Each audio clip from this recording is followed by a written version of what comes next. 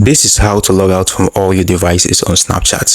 So right here is my Snapchat app. The first step you need to take is to click on the profile icon at the top left corner of your screen like this. So once you do that, looking here at the top right corner, you can see the gear icon. So clicking on it like this, in order for you to delete all your logins, looking here, you can see where it says my account. So you need to go ahead and click on that. Scroll gently and you're going to see where it says manage my account. Below it, you can see where it says seasons management. So you just need to go ahead and click on season management like this. So this is where you're going to see all your logins on Snapchat. So right here, if you want to log them out, you just simply need to click on the cancel icon on them like this. And you're going to see the option of logout of Android. So you just need to go ahead and click on OK and you'd be able to log out your Snapchat from that browser or from that device.